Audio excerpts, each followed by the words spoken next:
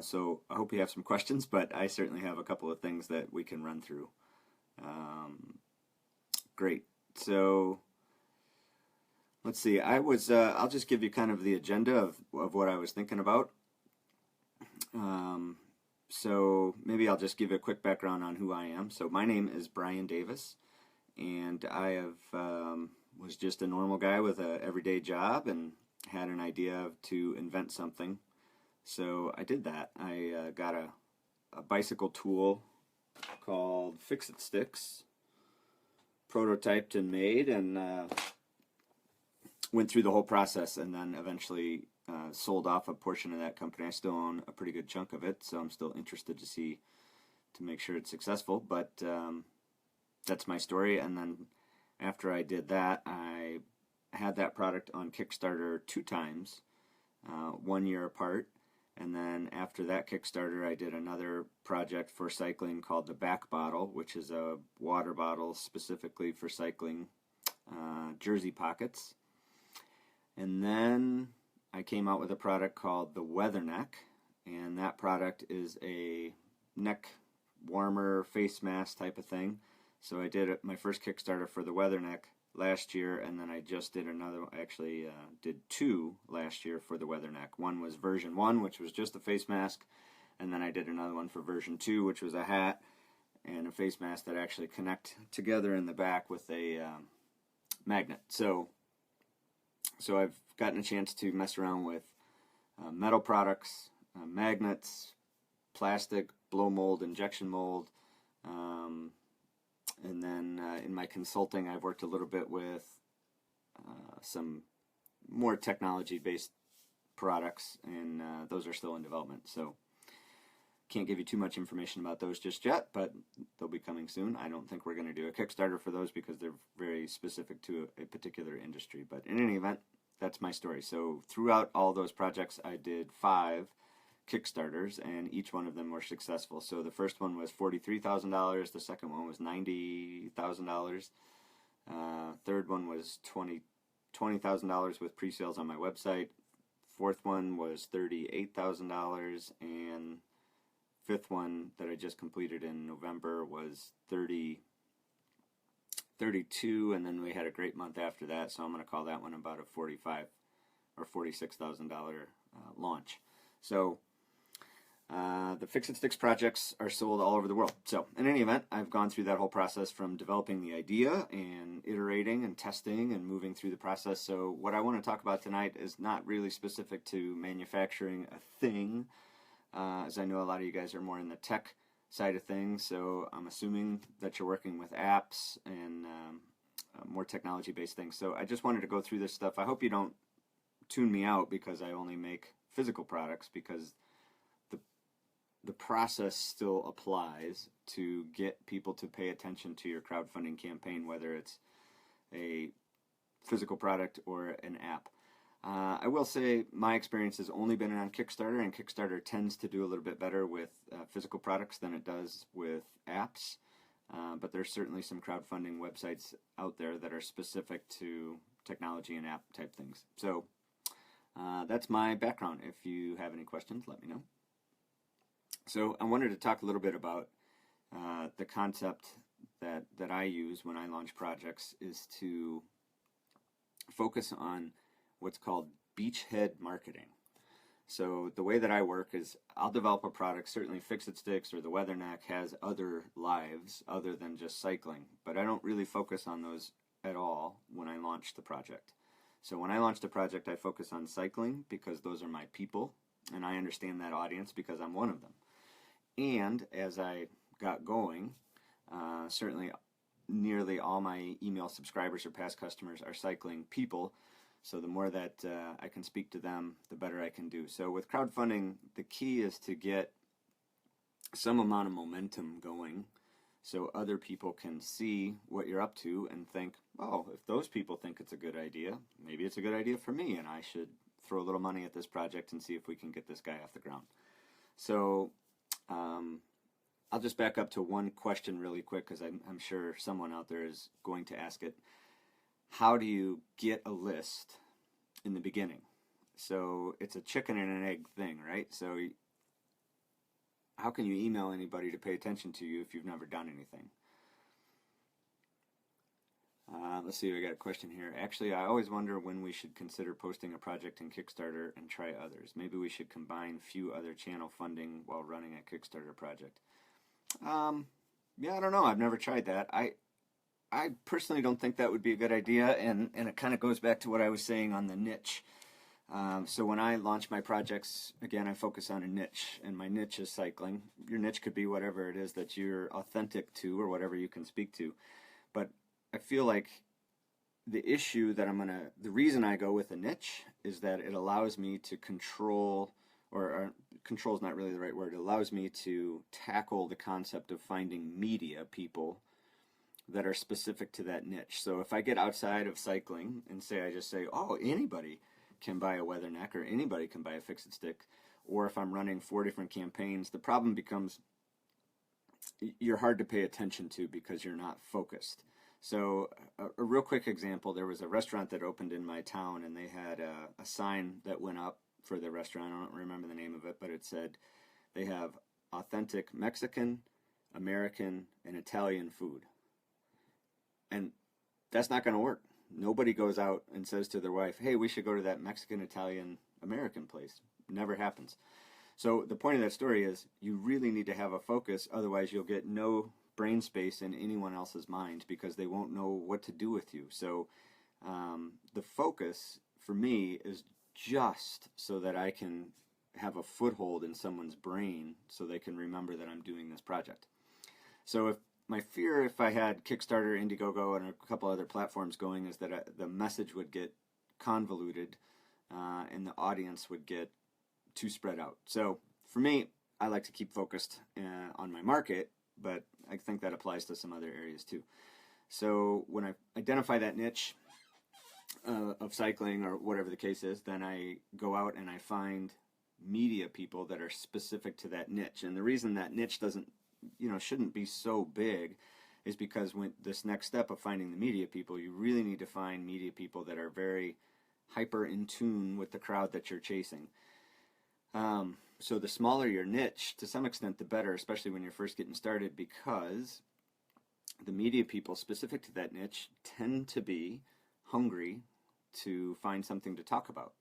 So if you can present to them a story that's new and interesting, that serves their market and makes their life easier as a media person, then you'll probably get some attention from them.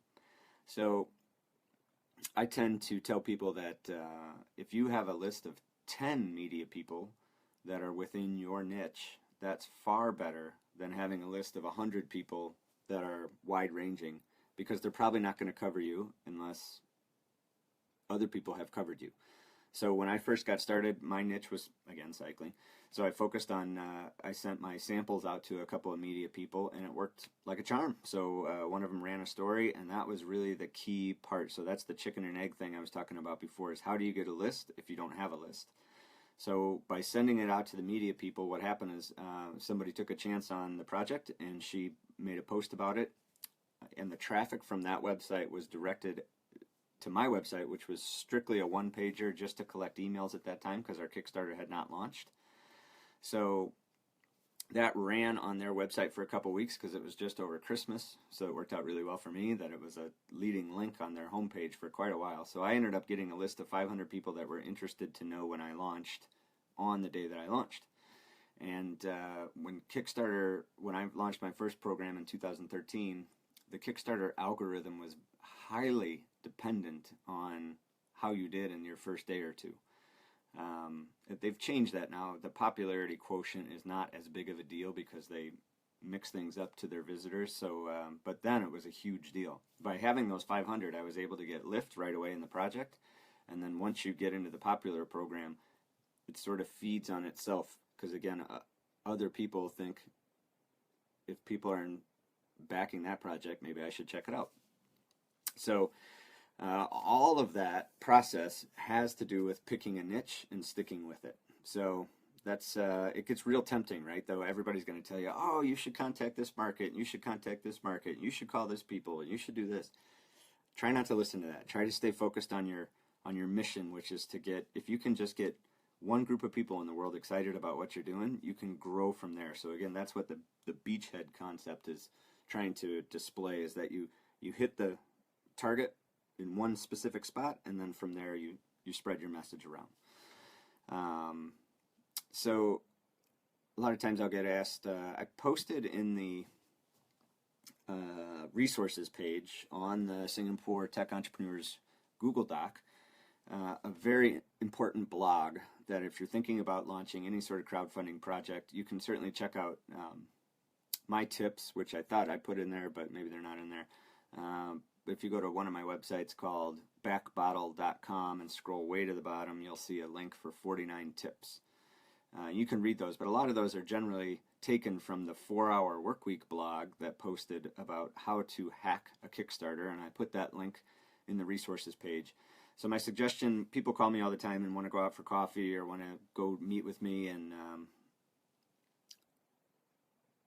then they don't bother to read some of these blogs that I think are really important. So if you spend some time going through, I read it 5 or 6 times before I even thought about launching a project. So if you can read that blog post on Tim Ferriss's website, I think you'll be doing yourself a big favor.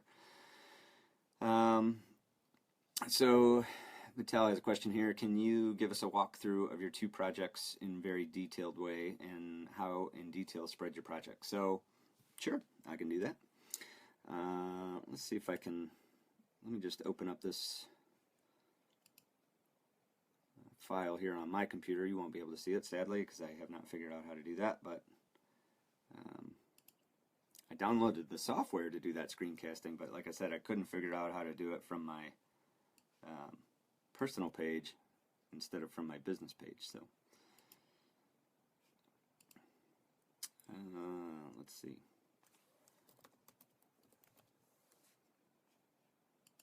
Okay. So here is my, I'll just go through my, and I'll post this file to the resource page, but this is exactly what I do when I launch a Kickstarter. So obviously the first one was a little fly by the seat of my pants, but since then I've gotten a little bit better. So some of these are really basic, and I apologize for that, but they're in here, and this is the actual file that I use to make sure that I do everything right. So some of this basic stuff is easy to blow by and not remember to set up easy, stupid things that cost you time and effort later down the road if you don't do it. So this is my first one. So 6 weeks out from my launch, these are the things that I want to accomplish somewhere around 6 weeks out. So for me, I don't have an overarching brand. I just develop separate brands for each one of my projects, and my rationale there is, my hope is that I can sell off each one of those properties to somebody else that wants to take it on. I don't know if that works or not, but that's just what I've done. So I register my domain name for the project. I set up an email specific to that domain name. I set up a PayPal alias for that project. I get a UPC number for that project, and again, this is a physical property. You wouldn't apply to some of your stuff that you're working on. So real quick on UPCs, I use a reseller for UPCs, so the website I use is called Code UPC, and that's really cheap. But there's pros and cons with using a reseller on UPCs. You can do your own research on that. And then about 6 weeks out, I finalize the physical prototypes of the project, and I order samples and design a logo, and I'll use Fiverr typically for the logo, and I also work with 2 local designers here. And so what I try to do is get 3 or 4 different looks at a logo and then go from there. I'm not a really artistic person, so I struggle with that side of things, but as long as I can get some other people thinking, it helps me kind of narrow down what I want. And then I start the packaging design. I probably don't do that anymore that far out. Yeah, I think now my suggestion would be to wait until the project is about halfway through before you start messing with anything, thinking that you're going to be successful. So my modus operandi now is to wait till it is successful and then start worrying about that. And then I'll work on a trademark or a patent, depending on what I need or what I think I want to invest in intellectual property. I'll gather any pertinent recycling information, FDA statements. I'll look at any government regulatory issues related to my project. I'll analyze potential rewards. So I'll just kind of roughly sketch out my cost to produce the item and then what those rewards might look like for the backers. And I keep my rewards very, very simple. So I don't do any early birds. I don't do much packaging, and I don't try to, of commingling of different projects. And I try not to do much custom stuff. So I learned that the hard way. The more customization that you offer, the more difficult it gets. And anytime that you ask your backers for information, it's a mess, because you're going to get a lot of opinions along with whatever information you're seeking. So all my questions to my backers now are drop-down menus. So they can always message me if they have something important to say, but if you ask them to tell you something, they will. So I try to avoid asking them to tell me their opinion on something, because it tends to just muddy the water. So I operate a little more straightforward. I'm just going to make it the way that I want to make something. I know a lot of people look at crowdfunding as a great way to get feedback, but the feedback stuff I've already done. If I've made it this far into launching a project, I've already tested with people. And I can walk through a little bit of how I go about doing that, but I don't know if anybody's interested in that. So I'll test the production samples that I get, and anytime I'm making something, and this could apply to electronic stuff too, is I'll do certainly a sample batch to make sure whatever it is we're going to do works, but then I'll sort of force the manufacturer, production people to give me a small run of the project, and the reason for that is I am extremely scared of screwing up. So I get very, very nervous that whatever they're telling me is not true. They may think it's true, but in reality they're going to screw something up. So I'm always thinking of what they're going to screw up. And I don't mean to say anything bad about them. That's just the way life works, right? Especially when you're making something new and untested. People screw stuff up. And there's been probably 2 or 3 times I've almost gotten burned sending something out that was not ready to be sent out, or the production people screwed something up and it really hurt my ability to be successful. So I'm always trying to think of what am I not thinking of, which is tough to do. So I'll do a lot of research into shipping.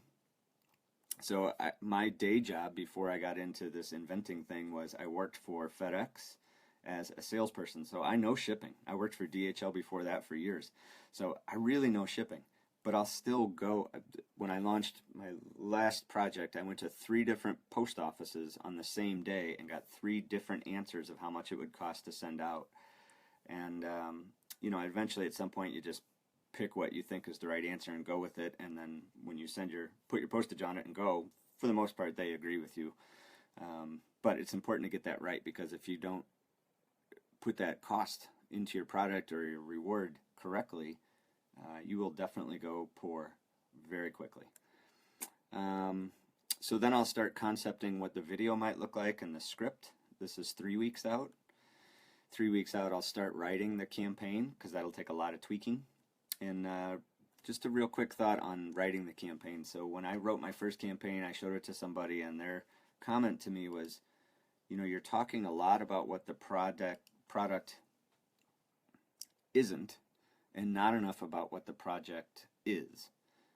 And it's an important difference. So keep that in mind. So I was focused on how I'm not something else instead of what I am, which is totally different. And that applies to anything. So then I'll do product photos. So I'll talk about that real quick. So when you're doing a crowdfunding campaign, the only thing that people have to go on as far as whether they should give you any assistance is your image online. So if you're going to spend money anywhere, do it in the photos. The video even is not that critical.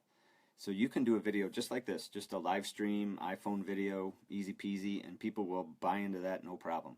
But if your photos look bad, you lose a lot of trust. So I tend to make sure my photos look pretty good. They're not perfect, but they're not anything I do by myself. So I hire somebody that's more or less of a professional photographer and hope for the best. So product photos seems like an easy thing, but you can't screw that up. You really got to get the photos right, because that's all people have to go on to build trust. And everything about, yeah, my phone is dying here. Get a little juice going. 1 second.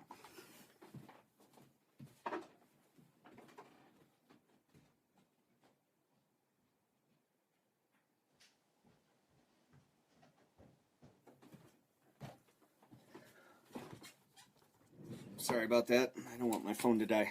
So everything about online shopping, as I'm assuming most of you would recognize, is that all they have to go on is what you say and what your photos look like. So big deal there. And then the video shoot, again, I kind of laid out what the video might look like, and then I go out and shoot it. So on the video, I get a lot of questions on the video. So here's how I go about the video. The first time I did a project, I paid for someone else to shoot my video, and that cost me about $1,500, which was, you know, a lot, a big roll of the dice. And it was good, but it wasn't mind-blowing. So then I came up with the plan that I would borrow a camera from a friend of mine and have that same friend come shoot a lot of raw footage. And I would do take after take after take after take till I sounded like a normal human being. And then I would take all that footage and I would send that over to somebody who's a professional video person and just pay them just to edit all that footage to put it all together. So that cost me about $600 or $700. So that's about half the price of what I was paying for the video. And those results were great. Just looked exactly the same as the one I paid $1,500 for.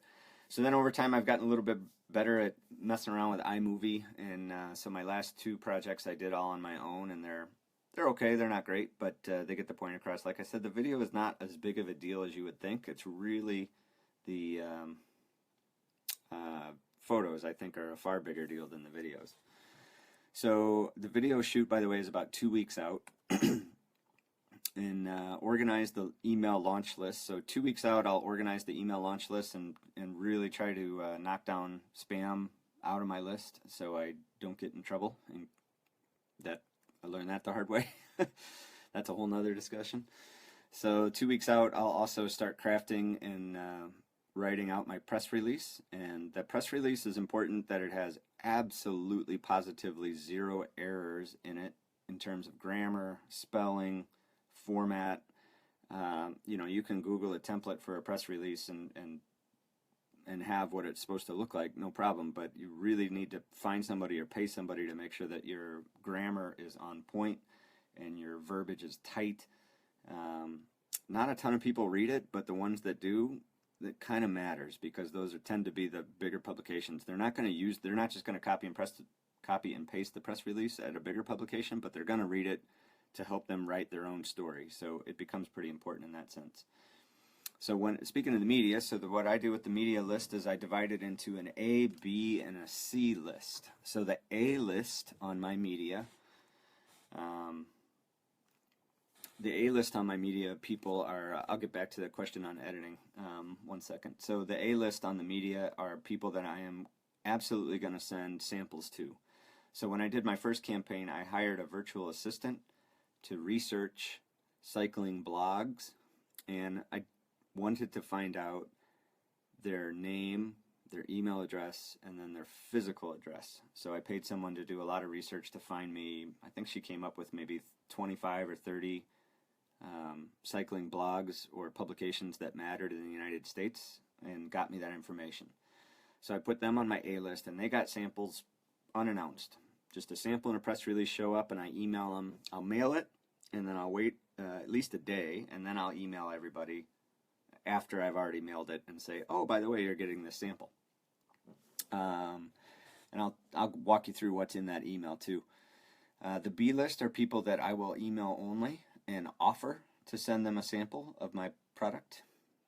And that list, so A list tends to be maybe 25 people now. B list is probably 25 or 30 people. And the C list is just like New York Times, LA Post, Huffington Post, you know, huge long shot publications that you probably don't have a chance in a snowball's chance of getting on, but it's worth a shot. So that list tends to be a little bit longer, and I just constantly keep pinging people like that throughout the project. So that list sort of never stops. So question about doing your own editing and creative writing. So the editing of the video takes some practice. for sure. Not something you want to do by yourself, but there's so many outsourcing resources that you could send the raw footage to and have them edit something up. So that would be, I think I use Fiverr a lot, so I would probably tend to go with Fiverr or Upwork. Could potentially be another one. So the way that would work is you would just like I did, you'd film a bunch of raw footage, and then what I would suggest is that you just storyboard the scenes that you're looking for in your video just with a pen and a piece of paper, and then send that along with the footage and have the person edit up something and see what comes back. So when I use Fiverr, I'll tend to hire 3 people to do the same task, and I'll get 3 different ideas on how to accomplish that task, and it's so low cost that sometimes the ideas are all terrible, but every once in a while you'll get some good ones, so that's worth it.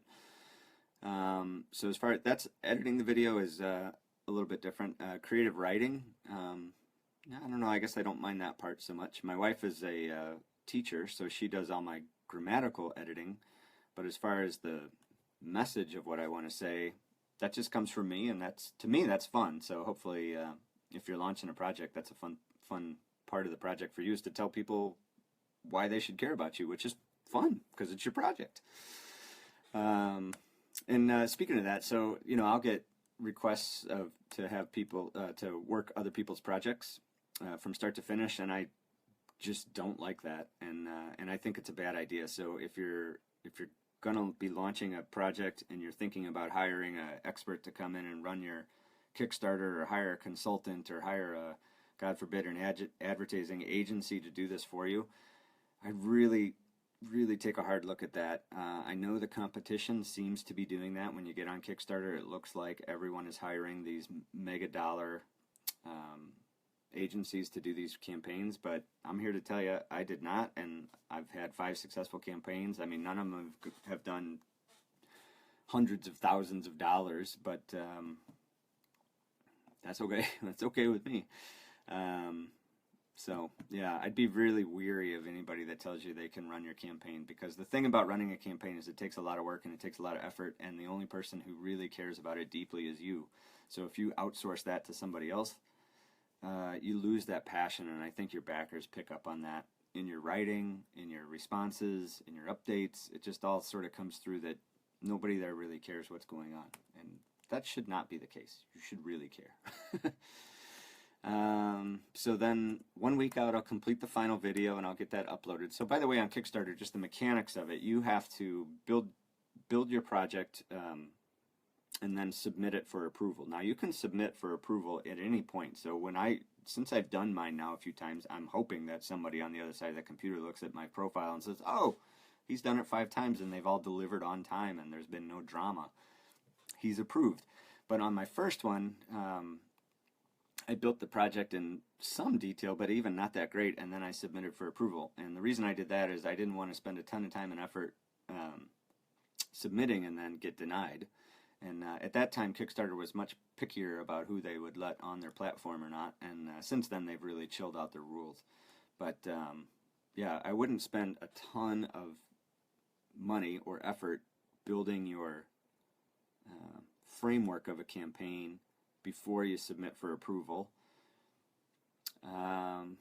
Once you get approval, and I put this in the story write-up, I'll put it in all caps in the very beginning to someone who's reading it, I hope, that the project is still in flux. The video is just a placeholder video, so I'll just do a quick iPhone video and say, this is Brian, I have the Weatherneck, and demo the product, because they want to make sure it actually exists. It can't be a computer prototype. And as long as they see that, they're pretty comfortable with things. I'll put some pictures up and do a write-up and then submit for approval. Once I get approved, then okay, then I'm going to put in the work and make sure that it looks good, but I don't want to spend a lot of time and effort on something that's not going to get approved. So 1 week out, I'll order shipping supplies, and then I'll in my particular case, I'll start sending some samples to shops and distributors in the cycling world, because they already carry my projects. And then 1 week out, I'll design the email. Then I'm going to send out to my previous backers, and an email that I'm going to send out to people that have bought things over on my website over time, or whatever the case is. So on your first project, you're not going to have quite such a big list, but you do still want to write that email out ahead of time. And the thing about writing is you want to give it a day to soak in. I try never to write something that I'm communicating to a lot of people or that's very important and send it the same day. There's just something about sleeping on it that changes your perspective on what you're saying and might change your message quite a bit. So this next one's important. So 1 week out, then I'll set up what I call the press folder in Dropbox. So in the press folder, again, I said earlier in this session that you want to make life as easy as possible for the people in the media that you're asking them to do you a huge favor. So if you're going to ask them to do a favor, you need to make sure that you're putting yourself in their shoes. And their shoes are very busy, and they get dozens and dozens, maybe even hundreds potentially, of requests for people to talk about their Kickstarter projects. So why should they listen to you? And I've gotten feedback from a lot of media people that say my media folder is why they open my email, because my email is 2 sentences long. It just says, I'm Brian, this is the project I'm doing, it solves this problem, here's my media folder that contains my video, my bio, my press release, and any other, my logo, any other visual or written assets that they need to write a story from start to finish.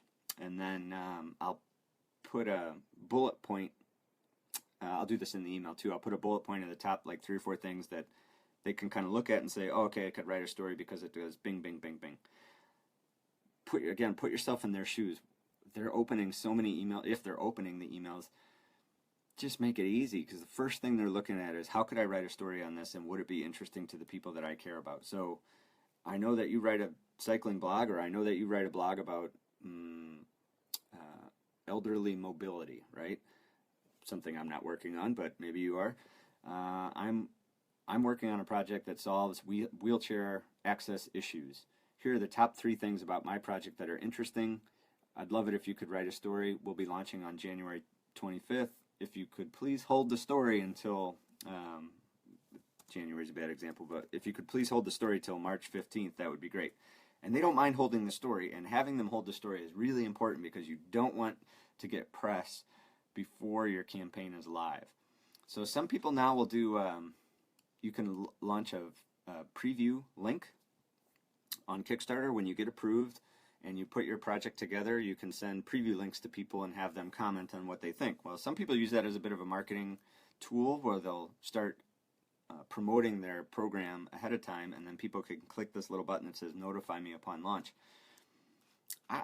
I'm of the belief that that's not a great idea, but to each his own. So the press folder in Dropbox, again, I've gotten responses from people in the media that say your emails are on point, your Dropbox folder is well organized, it makes sense, everything's in there, I need to write a story in 10 minutes. Thank you. I wish more big companies would operate like that.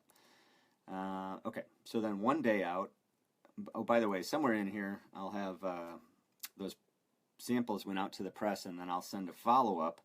When I send the follow-up telling them that they're getting the sample, it includes the link for the Dropbox, tells them that they're getting the sample, and then gives, of course, my contact information. So, and then I'll follow up with them the day of the launch to let them know that we launched, because a lot of times these guys will get something and they'll need some time to tinker with it or play with it so they can form an opinion, and I'll give them that time, usually 2 weeks, no more. Less is okay, no less than a week, somewhere between 1 and 2 weeks, so they have time to mess with your app or your technology or whatever it is, so they can form an opinion. And then after that, you need to remind them that you would like them to run a story on the day of your launch, which is today, for example. So, and I will also pre-write, and a lot of this, again, you're going to read that blog from 4 Hour Workweek and be like, oh, I just copied that, but it's that good, you should really read it. So social media posts, I'll pre-write those. So again, I don't want to write anything the day of launch. I want everything pre-written. Yep, there it is. Sorry. Press sample follow-up is there, just like I just mentioned. So personal network, friends and family, that's an interesting subject for me. So they generally don't help you very much. They root for you, but they don't help you a ton. So I've been fortunate. They've really stepped up to the plate and backed my projects like crazy, but at the same time, they don't really care what you're doing. And what I stumbled upon with friends and family is that I'll really, really hammer them in the first couple days of the project. And then after that, you're not going to hear from them, and I try not to bug them anymore, because you're going to get what you're going to get. And if you're going to get it, they're going to help you in the beginning when they feel like it's new and they can help you and you need their help. If it's at the end and you've already been funded, there's no way that someone that's mildly interested in helping you be successful just because they know you is going to help you. So it has to be before you hit your goal. And we could talk a little bit about goals too, because I keep my goals low, and I know I'm going to hit them because my email list is big enough now that I know I'll hit that number. And I like to be funded and have it out of my brain that I'm not thinking about being funded. There's a lot of back and forth you could do on setting your goal to be higher, to inspire more work or more press or whatever the case is, but that's just not how I do it. I'll send a secondary email to the B and C list on the media. I'll try to run through these quicker. I'll launch the website, my own website for pre-orders. There's a fair number of people in the world that don't like the way Kickstarter works for whatever reason, or the way Kickstarter communicates to them or lets them check out or whatever the deal is. So I let people pre-order on my website. Everything's exactly the same on my website. The same dates, the same rewards, for example, or what they can buy is the same price. There's zero difference between what's happening on my website and what's happening on Kickstarter, but I get plenty of orders on my website, and a lot of people will ask you, well, which one's better for you financially? And the website's a little bit better for sure. Well, actually, it's quite a bit better. So, and just so everybody knows, here's how Kickstarter makes money. They take 5%.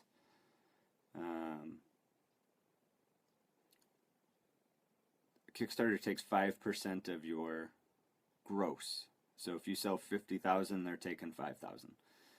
And then they also charge you credit card processing, which is going to be somewhere between 3 and 5%. So you can pretty much guarantee it's 5%. So anyway, it's about 10% of whatever you see raised on a Kickstarter project is already out the door before the money even hits the creator. So that's that. So I have a few people saying they can share a list of backers. Should I use them? Their emails.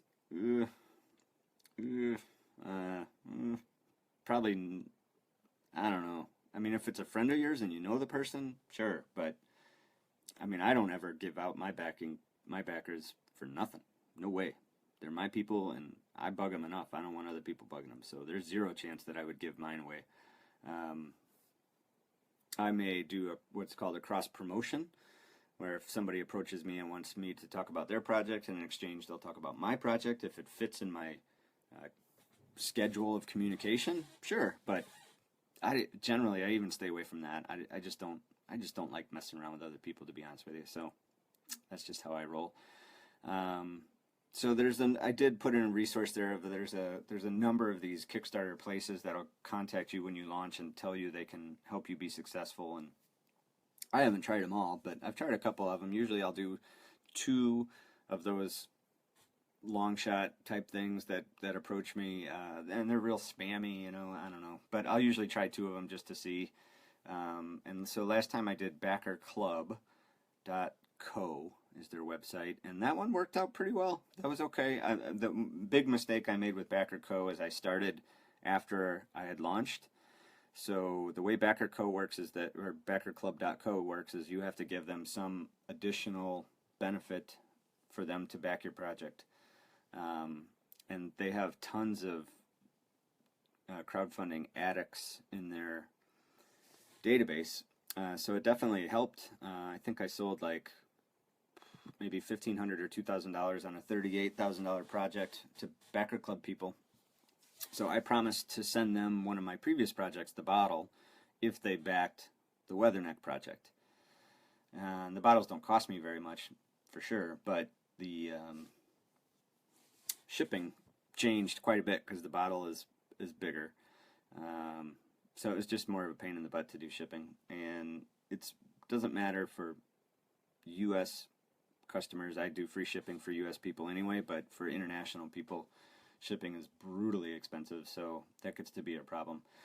Anyway, if I would have done backerclub.co in the very beginning, it would have been a very smooth process because it monitors for you on the back end which one of their database, their email people have contributed to your project. I'm not sure how that works, but I tend to trust it. The problem was I had a number of BackerClub.co people already backing my project when I signed up for their service, and then I started offering this bottle.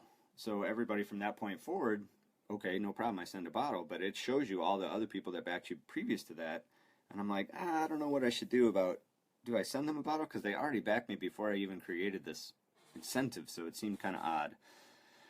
In the end, I chose not to do that, and I think I heard from 2 people that were slightly upset they didn't get a bottle, so I just refunded them the cost of the bottle and called it good. Yeah, I did do that. It's a good question. Will you hire someone to spread the word across Facebook group and others? I did that on the first Weatherneck project. There's like these websites called Social Media King or something like that, and they're so cheap. It didn't hurt, and I don't know if it was effective. So that project, the last one I did, Facebook really enhanced how well you can track some of these services work. So on the back end of the Kickstarter now, you can create these little Kickstarter links that you can give out to the advertisers, so you can absolutely see what's happening. I mean, you could always do that with a link shortener service, but that's not an area that I'm too great at, so I never paid a ton of attention to it.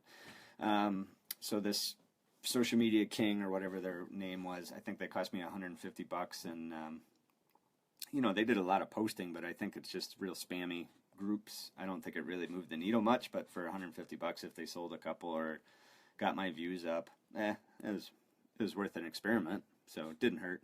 I wouldn't spend any more than that on somebody that says they're gonna spread you into Facebook groups. Because imagine, like your group right now, I mean, if somebody jumped into this group and said, oh, check out this campaign, that wouldn't go over too well, right? So any meaningful group, there's no way you're going to have somebody offering to do that for money. If somebody liked my project and they wanted to post about it because they thought it was newsworthy, then absolutely, that's gold. But you can't pay for that. So yeah, there's usually no magic bullets with crowdfunding. You really need to do the work. I should say the magic bullet is the media. That is the magic bullet. So you got to figure out how to get the media, some amount of media to talk about you. And again, that's why I really stick to the niche, because that's the only way that you're going to get media is by being pretty focused. Okay, so that's all during the launch. So I could get more in detail about producing the project, but I don't know how long we want to chit-chat here. So any other questions right off the top of your head?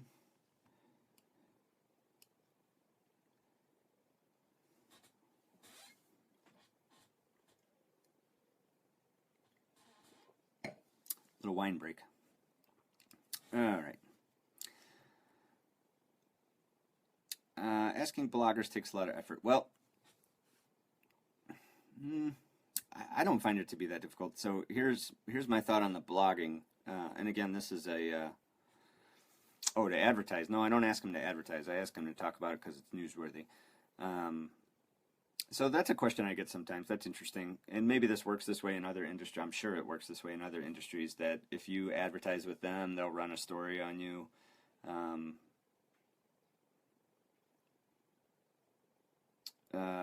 But I have not found that in cycling to be a big deal. So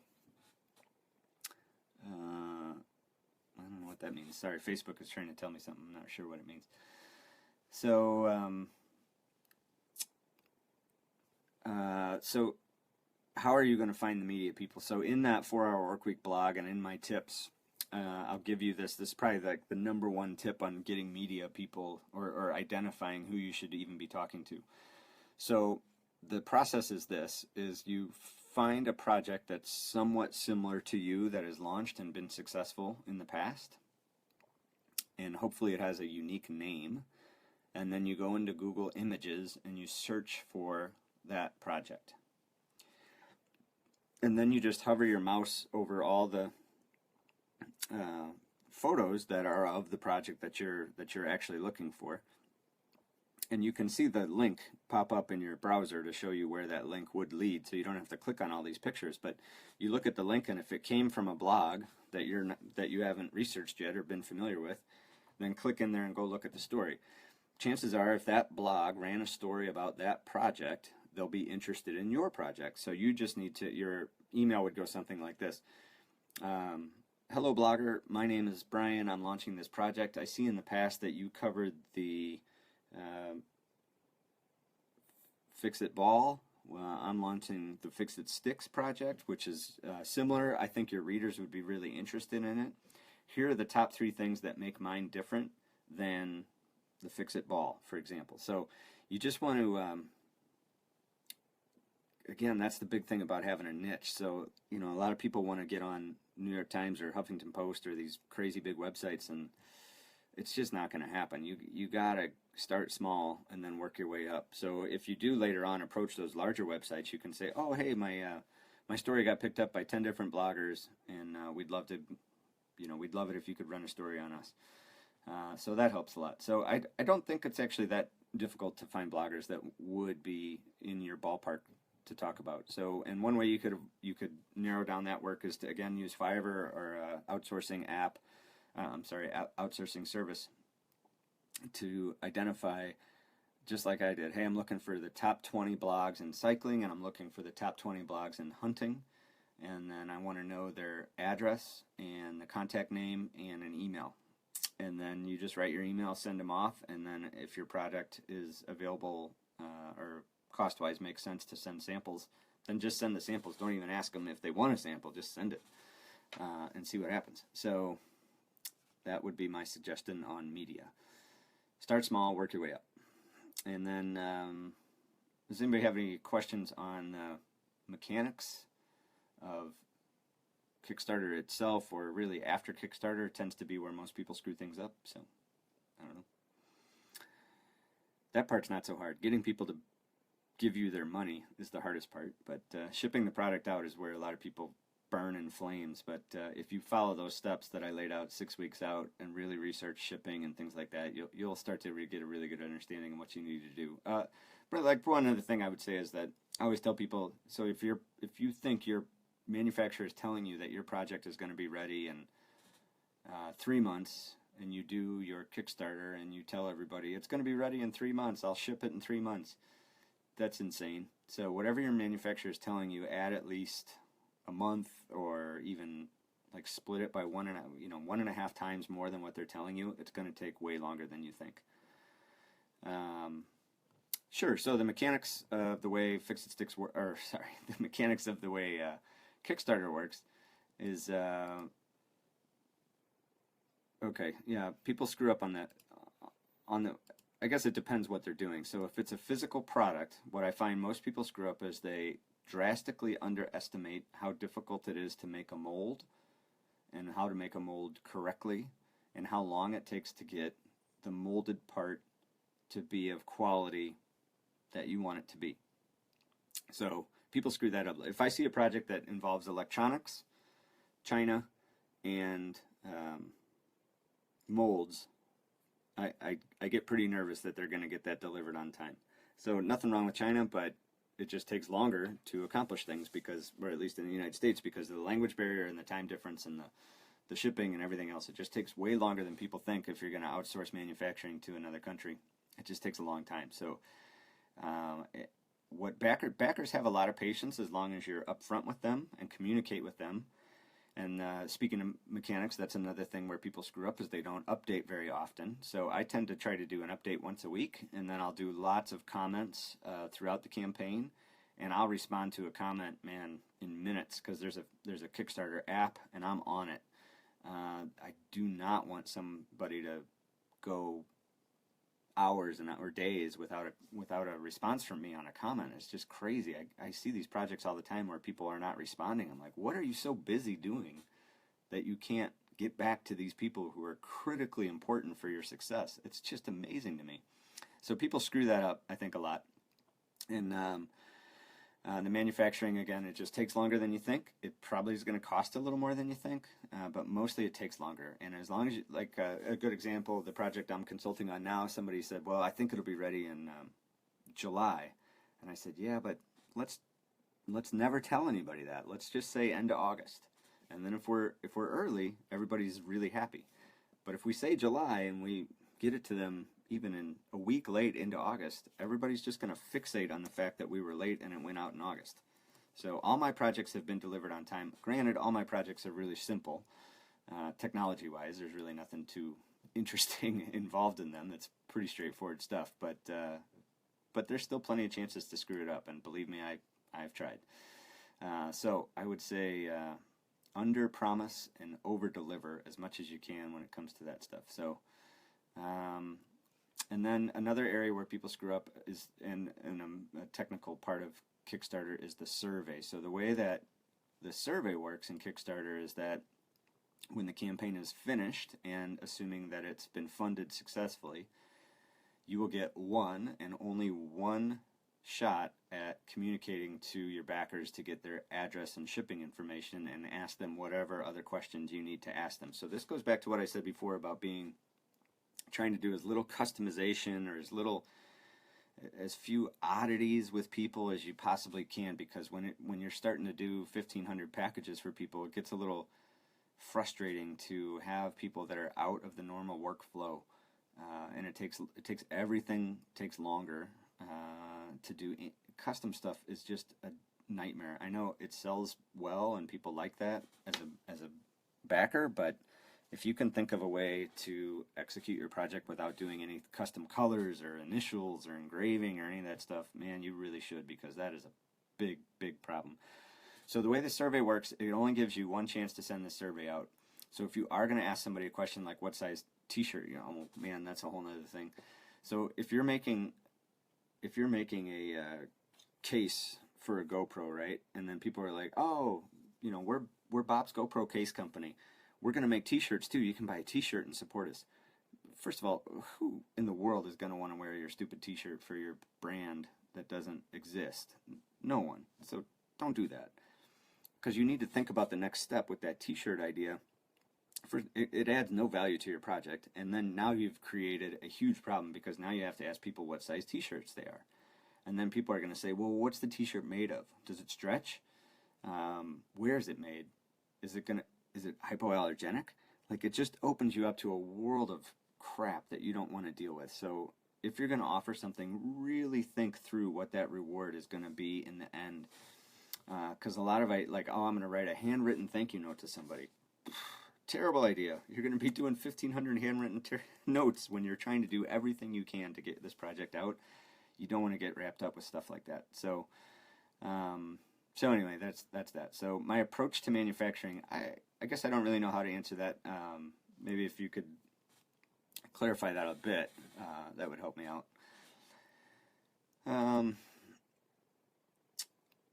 I guess my approach is that it's going to take longer and cost more than you think. That's my general approach. But if that's not answering your question in any way, shape, or form, then if you could clarify, that'd be great. So, okay, I do Facebook advertising during the campaign, by the way. So I'll spend, like, my campaigns usually, I'll budget at least $1,000 worth of Facebook advertising, and it'll go up from there if the campaign's doing well. And I'm not great at Facebook advertising, but it's something that I guess works for me, sort of. So just a little bit more info there, and respond quickly and often. Okay, I would say, how do you find manufacturers? Oh, got it. Okay, gotcha. So, yeah, great question. Okay, totally get you now. So, how do I find manufacturers? Again, huge dependence on what you're doing. So the way that I've done my projects is I'll tend to start my projects here in the United States. So Fix-It Sticks were made in the United States for the first 2 years of the project. And then, like I said, I sold a portion of that business, so that gentleman moved it overseas. So they're now made in Taiwan, which is fine. But how I approach people is I just went and found machine shops in my area that after I got my prototype made. Let me back up. So I had the idea in a sketch, right? And then I find a place that does, I found a guy that fixes antiques. So he can weld. He just is like a Mr. Fix-It around the corner from my shop. So he's not a product developer or designer. There's no waiting room in his office. So But I just went there first and said, "Can you make this thing?" And eventually, it's a long story, but eventually he made it. So once I had that rough prototype, then this is a good tip. I approached my local tech school in Appleton, Wisconsin, where I live. The tech school is called Fox Valley Technical College, and they had a program there called the Fab Lab, FABLAB, which is actually a national, maybe international program. And they offered design assistance and engineering and prototyping services. So I paid them $850 to help me, called DFM, and that means Design for Manufacture, my product. And that was money well spent. They did a great job helping me with the design. There was one critical element that I was on a bad path for, and they fixed that. I mean, we had other problems, but that was really important. So I would suggest that. So you have an idea, right? I have a sketch. I want to make this thing. I don't know how to go about it. First thing I would do is contact a local school in your area and see if there's a engineering professor there that could help you with that. And a lot of times those engineering professors are looking for projects for their students to do. And the nice thing about working with a college or university is they're not trying to make money off of you. And when I have worked with prototyping places since then, the costs that they're looking for are just crazy expensive to do such minor amounts of things. So that would be my suggestion. If somebody had a specific question, they can message the group or find me on Facebook and you can ask me a little more detail. There's another website called, let me check it out. I never used them myself, but I signed up. Yeah, mfg.com. I did do a quote on there, and that's how I found my second supplier for Fix-It Sticks, which ended up being the one that made the majority of them. My first supplier for Fix-It Sticks was terrible, and I should have known. So when I toured their facility, it was dirty. They were not organized. They were not business people. They were just flying by the seat of their pants, and I should have known that they were not going to help me out very well. And I mean, they didn't mean to screw me, and they didn't, but it was as bad as you could possibly be, and not sue them. Basically, it was that bad. So then I used mfg.com to find, and that's how I stumbled upon this second group, and they happen to be in Appleton, my town as well. So I went and met with them, and we got along great. And I was sad to see it move overseas because they just did such an awesome job and really bent over backwards to help me. But that wasn't my decision anymore. So be it. So that's that. So that's kind of all the things I wanted to make sure that I talked about, and we're pretty much right at an hour. Do we have any more specific questions lingering? And I know there's not a ton of people watching. I'm hoping a lot of people will watch this at their leisure and then can leave comments. And I'll if you want to tag me, my Facebook name is Brian William Davis. And so if you tag the comment, I'll be sure to get back to you with help out as much as I can. So that's all I got. Unless there's something else, I appreciate it. Yep, it's fun. I thought it was cool. My son was super stoked. I'm telling him I'm gonna do a Facebook Live with Singapore, and then we looked up Singapore on a map and talked a little bit about it, and I learned a lot of things about Singapore I didn't know. So it sounds awesome. I'd love to go there and visit. Someday maybe, right? Someday. So that's it. Anything else, feel free to contact me. Otherwise, I will let you all go. Thank you so much. Have a great night.